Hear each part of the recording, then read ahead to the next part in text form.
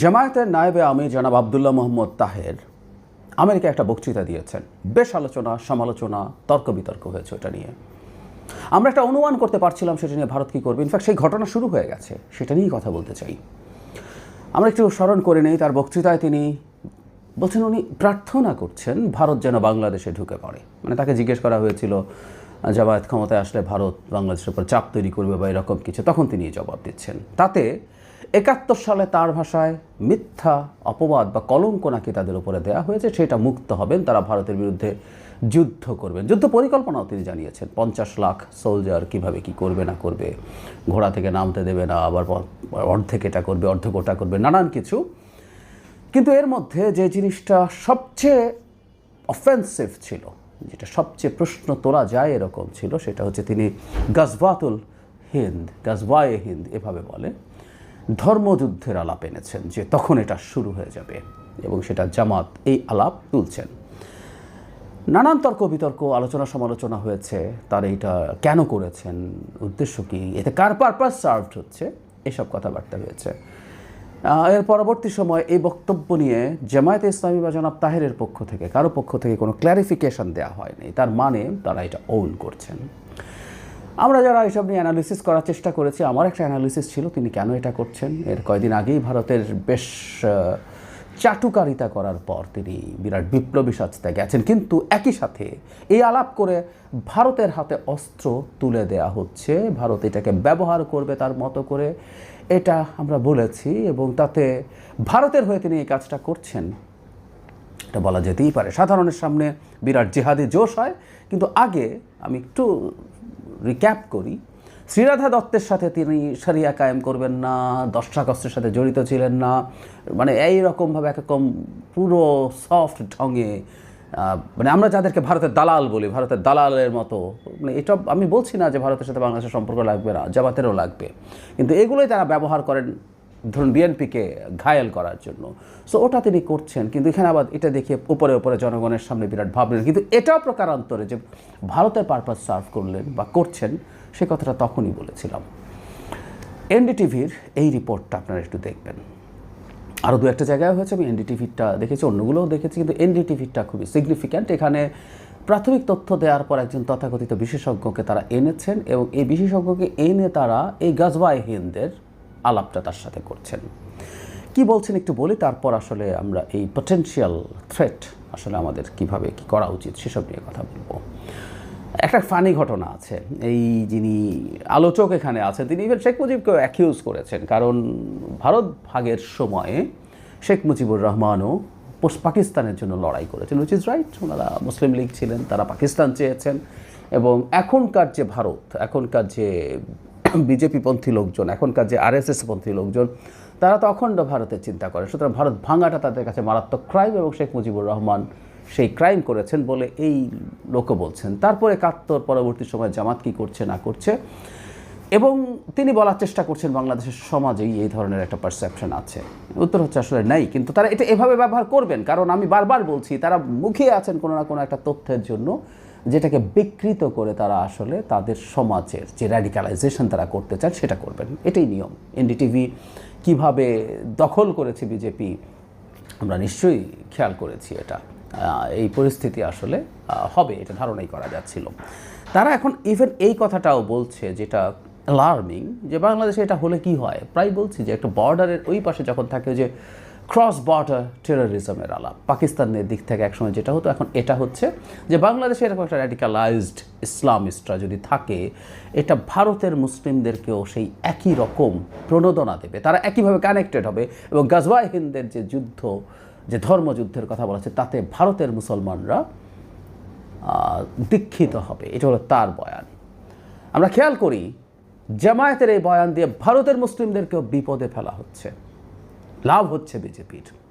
তারা এখন বাংলাদেশে প্রচুর র্যাডিক্যালাইজেশন হচ্ছে, প্রচুর বাংলাদেশি লোকজনের সাথে ভারতীয় মুসলিমদের যোগাযোগ হচ্ছে, তারা এখানে ধর্মযুদ্ধ করতে চায়। সুতরাং মুসলিমদের উপরে অপ্রেশনের আরও একটা নতুন অস্ত্র বিজেপি পেয়ে যাবে। এমনিই তারা চেষ্টা করছে, in any consideration, in any ways, সুযোগ পেলেই করছে। এখন এটা আরও যুক্ত হল। আমি ভদ্রলোকের বক্তব্য দেখে দেখলাম যে তারা তাদের প্ল্যানটা কী করছে।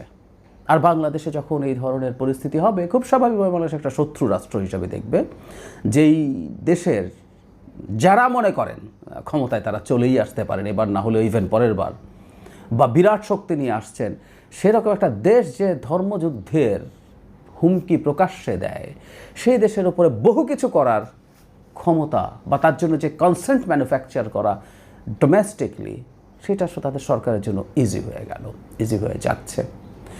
মানে বাংলাদেশের জামায়াতে ইসলামীর এই নেতা এই বক্তব্য দেওয়ার মাধ্যমে এই অস্ত্র তুলে দেবেন বা দিয়েছেনই বলেছি, এর চেয়ে কত দুর্বল ভোঁতা অস্ত্র ভারত হাতে নিয়ে ব্যবহার করেছে, আর এটা ব্যবহার করবে না, হতেই পারে না।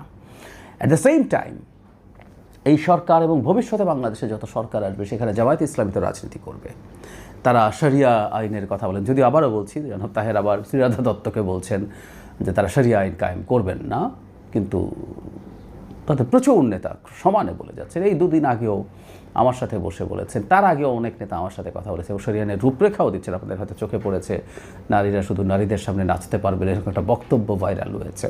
তো যাই হোক, এই হচ্ছে তাদের পরিস্থিতি। এরকম একটা শক্তি যখন বাংলাদেশে আসবে, বাংলাদেশে শক্তিশালী হয়ে উঠবে, ক্ষমতায় যদি নাও যায়, বেশ কিছু সিট পাবে, তারা তাদের রাজনীতি করে বাংলাদেশকে শরিয়া আইন করতে চায় এবং গাজওয়াতুল হিন্দ ধর্মযুদ্ধ শুরু করার প্রস্তুতি তারা নিচ্ছে। এসব যদি পারসেপশন ভারতে ছড়িয়ে দেওয়া যায়, তাহলে ভারতের ডোমেস্টিক পলিটিক্স যেমন অসাধারণ হবে, বাংলাদেশকেও বিপদে ফেলার মতো অস্ত্র ভারতের হাতে থাকবে। এটা শুধু ভারত নিজে করবে তা না, ভারত তার এই ন্যারেটিভ বিক্রি করবে সারা পৃথিবীর বিভিন্ন জায়গায়।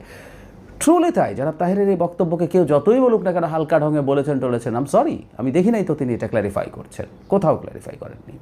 করলেও বা কি, ওনার মতো মানুষ এরকম হালকা ঢঙে ওই বক্তব্যগুলো দিতে পারেন না, কোনোভাবেই পারেন না। এগুলো এবার ইউরোপে, আমেরিকাতে ইন্ডিয়ানরা সেল করবে। শেখ হাসিনা যেহেতু নাই, ভবিষ্যতে নির্বাচিত সরকারটাও শেখ হাসিনা হওয়া সম্ভব না। আমি প্রায় বলি, শেখ হাসিনা 10% হওয়া সম্ভব না, ওই সরকার ক্ষমতায় থাকতে পারবে না। তো ফলে সেই প্রত্যেকটা সরকারকে চাপে ফেলার জন্য এই জামাতকে ব্যবহার করবে। সুতরাং আমরা এই প্রশ্ন করতে পারি, র্যাদার উনি কি ভারতের হয়ে আলাপটা করছেন? উনি কি ভারতকেই আসলে, দুটোর এক ঢিলে দুই পাখি হলো, দেশের মানুষের সামনে ভারত বিরোধী হয়ে, এর আগে যেহেতু ভারতের দালাল ট্যাগ হওয়ার মতো পরিস্থিতি হয়েছে, ভারত বিরোধী হয়ে বিরাট জজবা দেখালেন তিনি। সেটা হতে পারে সাধারণ জনগণ এত বোঝে টোঝে না, আরে বাবা উনি তো গাজওয়াতুল হিন্দের ডাক দিচ্ছেন, আমরা তো খুশি আছি। আবার এই বক্তব্যই আসলে প্রকারান্তরে বিজেপির পারপাস সার্ভ করছে। খুবই আলোচিত একজন অনলাইন অ্যাক্টিভিস্ট একসময় এই ভদ্রলোককে রয়ের এজেন্ট বলেছেন, ওই বক্তৃতা, ওই বক্তব্য পাওয়া যায়। আমি জানি না, আমি এদিকে সরিয়ে রাখছি, ওইদিকে বলছি না, কিন্তু আমি খুব স্পষ্টভাবে দেখতে পাচ্ছি জনাব তাহেরের বক্তব্য এই রকমভাবে ভারতের হাতে অস্ত্র তুলে দিয়েছে। মানে শুধু একটা বাক্যও না, তিনি ব্যাখ্যা করছেন রীতিমতো কী করবেন, কীভাবে যুদ্ধ করবেন, ইত্যাদি ইত্যাদি। বাংলাদেশের সামনে এই ব্যাপারগুলো মাথায় রাখতে হবে। আমি একটা টক শোতে আমাকে অ্যাঙ্কার প্রায় কয়েকবার জিজ্ঞেস করেছেন, ভারত কি ভাবলো না ভাবলো সেটা নিয়ে বাংলাদেশের রাজনীতি আমরা নির্ধারণ করব কি না। আমি মনে করি সেটা করব না, সেটা ঠিক আছে, কিন্তু ভারতের মতো রাষ্ট্রের প্রভাব আমাদের ইগনোর করে চুপ করে থাকতে পারবো এত সোজা না। এবং আমরা অহেতুক ভারতের হাতে এমন অস্ত্র তুলে দেব না যে সে আমাকে ডিস্টার্ব করার স্কোপ পায়, এবং সেটার জন্য যে কনসেন্ট ম্যানুফ্যাকচার করতে হয় সেটা তার অভ্যন্তরীণভাবে পারে এবং গ্লোবালি পারে। এইটা আমরা করব, এটা যদি করি এটা স্টুপিডিটি। ভারতের মতো দেশকে ইগনোর করা যায় না, ভারতের সাথে সমমর্যাদার ভিত্তিতে ডিল করতে হবে, এটা মাস্ট। ভারত হটাও বলে মালদ্বীপে নির্বাচিত হলেন প্রেসিডেন্ট, এই ক্যাম্পেইন করে সে প্রেসিডেন্টের পক্ষেও সম্ভব হয়নি ভারতকে ইগনোর করে থাকা, ভারতের সাথে সম্পর্ক পুনঃস্থাপন করতে হয়েছে। এই যদি পরিস্থিতি হয়, এগুলো রিয়ালিটি। সো ভারতের সাথে আমাদের এখন যে পরিস্থিতি, ভারত যা করছে, একটা নির্বাচিত সরকার, আস্তে আস্তে সম্পর্ক স্বাভাবিকীকরণের দিকে যেতে হবে। আবারও বলছি, এটা মানে শেখ হাসিনা হওয়া না, একটা ওয়ার্কিং রিলেশনশিপ ইজ মাস্ট।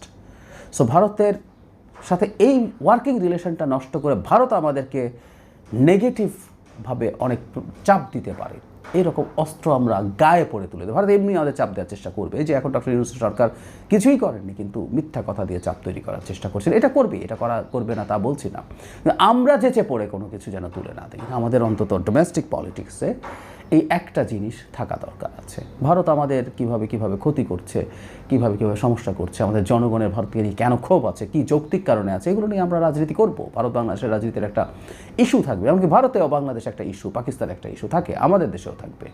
এবং ভারত কিভাবে আমাদের ক্ষতি করেছে for a very long period, সেগুলোও থাকবে। কিন্তু আমরা এমন কিছু ভারতের হাতে তুলে দেব না যেটা আখেরে ভারত আমাদের উপরে তীব্র চাপ তৈরি করার বাহানা পেয়ে যায়। জামায়াতে ইসলামী সম্ভবত, বা আমি মোটামুটি নিশ্চিতভাবে বলতে চাই, পরিকল্পিতভাবে কাজ করছে। আমি বহুদিন বলেছি বিজেপি আর জামায়াতে ইসলামী কিন্তু একজনের পরিপূরক। ভারতে যতদিন বিজেপি থাকবে, বাংলাদেশের জামাত বা অন্যান্য ইসলামী রাজনীতির উত্থানের পথ তৈরি হবে। আবার বাংলাদেশে যত ইসলামী রাজনীতির উত্থান হবে, ভারতের বিজেপি তত বেশি প্রাসঙ্গিক হবে, তত বেশি শক্তিশালী হয়ে উঠবে, এটা নিশ্চিতভাবেই বলা যায়। সুতরাং তাদের মধ্যে একটা আনহোলি নেক্সাস থাকার সমূহ সম্ভাবনা আছে।